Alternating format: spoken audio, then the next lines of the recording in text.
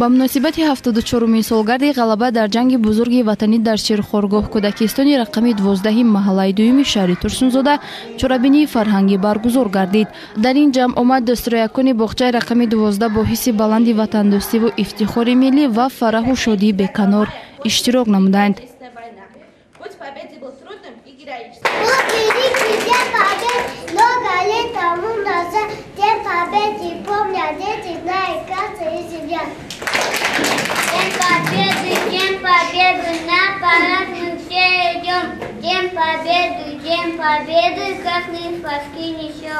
Зимни чорабинӣ аз ҷониби мураббияҳо ва кӯдакон қайд гардид, ки аз ғалабаи бузург бар фашизми истилогар 10-солаҳо сипарӣ мегардад, вале арзиш ва шаҳомати корномаи беназири халқ дар қалбу хотираи мо боз ҳам равшантар шуда бароямон сабақи зиндагӣ мегардад. Омӯхтани таърихи ин ҷанги хонумонсӯз ҳар як фардро ба ватандӯстиву меҳанпарастӣ ҳидоят менамояд, зеро корнамоиву диловариҳои иштирокчиёни ин ҷанги таҳшатбор таҷассумгари ҷасорат ва мардонагӣ бемисл буд. дар ҳафти ҳамоиш аз тарафи дастурякон рақс ва таронаҳои ватандӯстона пешкаши иштирокдорон гардонида шуд.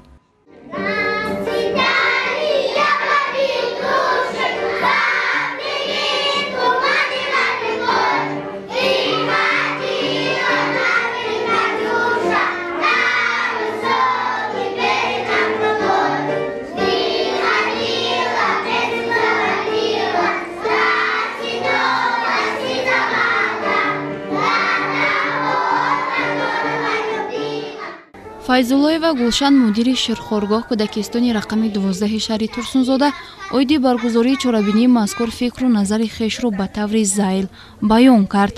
Хеле ки ҳаматон шоҳид шудед, имрӯз дар Ширхоргоҳ кӯдакистони мо бахшида ба рӯзи ғалаба нақшаи чорабиниҳо ташкил карда шуд. Дар он ҷо ҳамаи кӯдакон бо шеъру нақлҳои дар бораи ветеранҳои ҷанг гуфта гузаштанд. аз фурсати муносиб истифода бурда ҳамаи шаҳрвандони шаҳри Турсунзодаро ба муносибати рӯзи ғалаба табрик намуда ба ҳамаи онҳо пеш аз ҳама хонаи обод сиҳат саломатиро орзу мандам.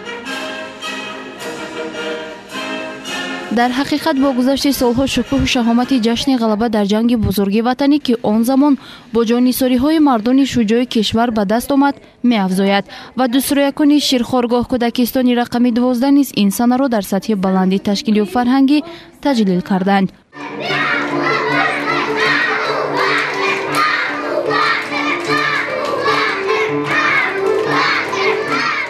гузориши Нилуфари Рӯзуқул, Дилмурод Шарипов барои барномаи Слутии хабар.